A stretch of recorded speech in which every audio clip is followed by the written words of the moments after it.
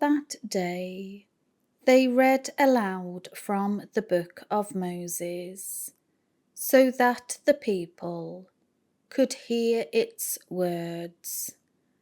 And in it was found written that no Ammonite or Moabite could ever enter the assembly of God, because they did not meet the Israelites with bread and water, but hired Balaam against them to curse them. Yet our God turned the curse into a blessing. When the Jews heard the law, they separated from Israel all who were of foreign descent.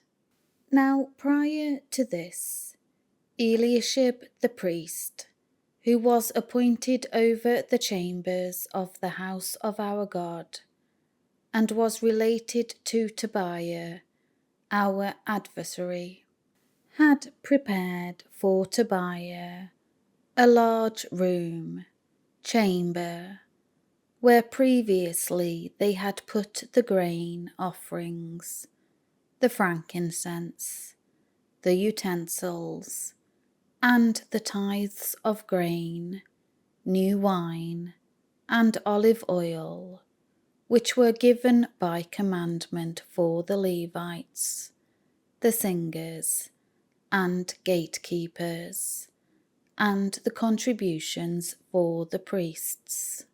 But during all this time I was not at Jerusalem, for in the 32nd year of Artaxerxes, Persian king of Babylon, I went to the king. Then after some time I asked for a leave of absence from the king, and I came to Jerusalem.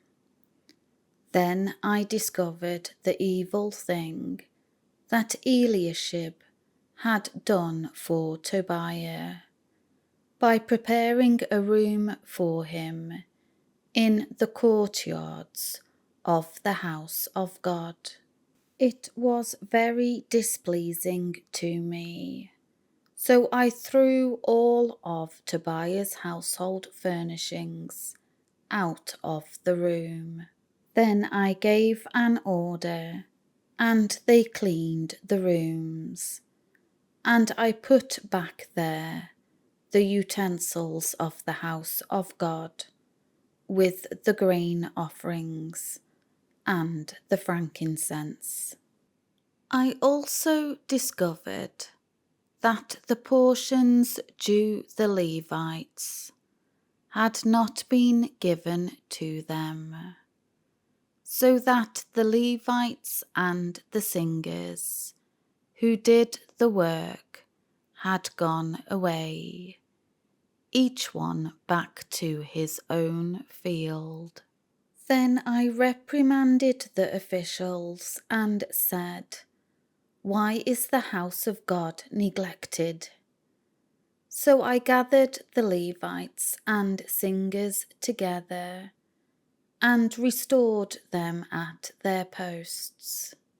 Then all Judah brought the tithe of the grain, the new wine, and the oil to the storehouses. I appointed as treasurers over the storehouses Shelemiah the priest, Zadok the scribe, and Pedaiah of the Levites.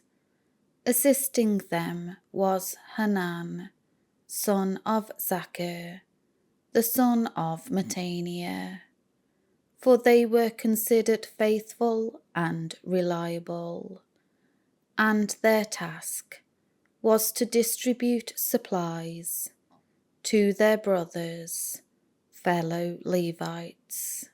O my God, remember me concerning this, and do not wipe out my loyal deeds and kindnesses, which I have done for the house of my God and for its services.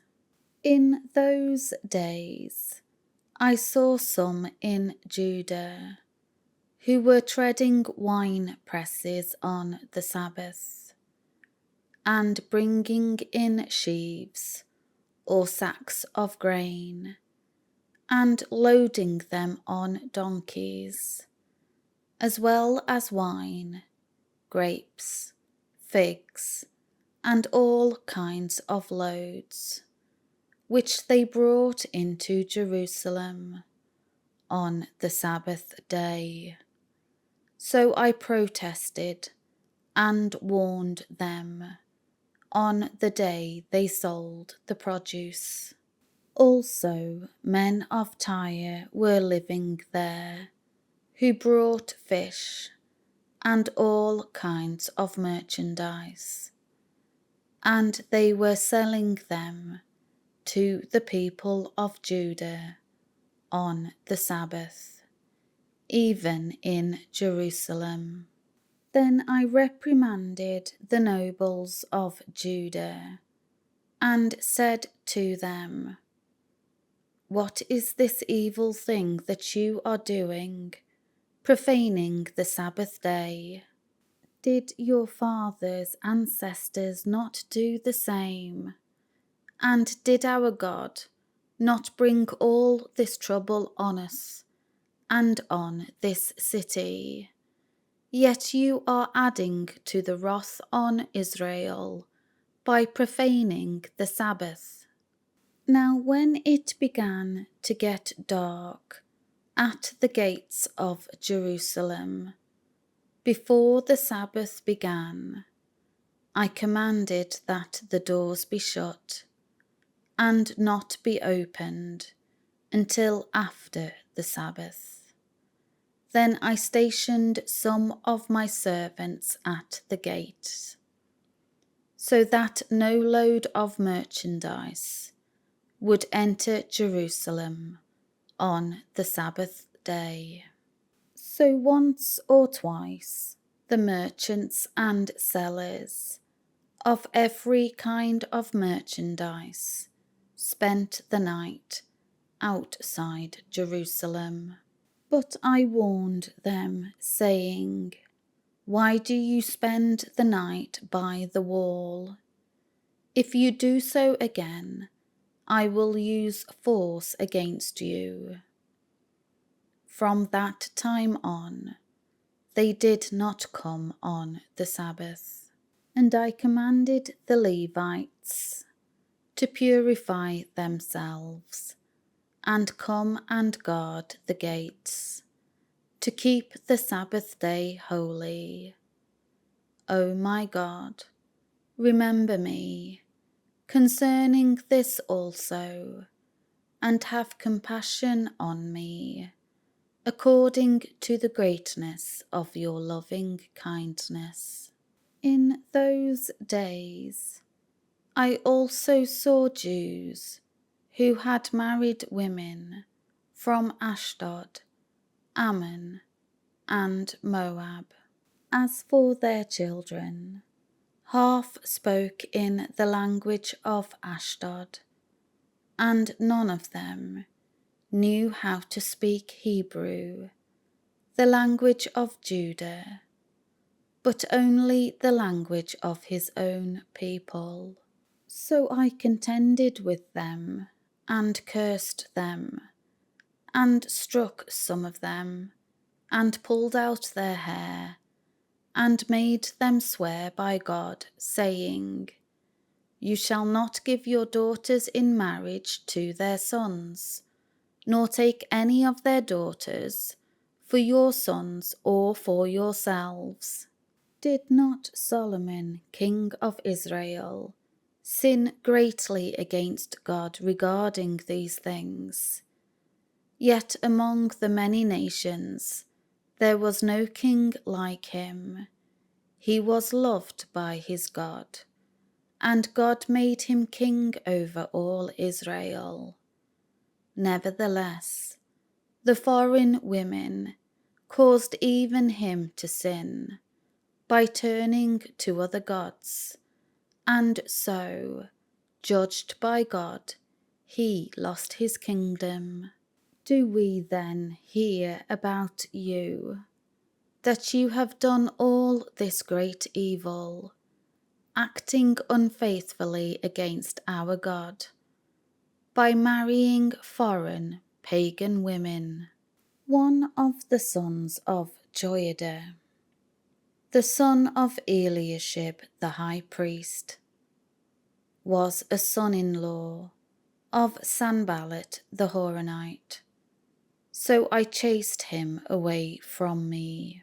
O my God, remember them, because they have defiled the priesthood and the covenant of the priesthood and the Levites. Thus I cleansed and purified them from everything foreign, pagan, and I defined the duties of the priests and Levites, each one in his task. And I provided for the wood offering at appointed times, and for the first fruits.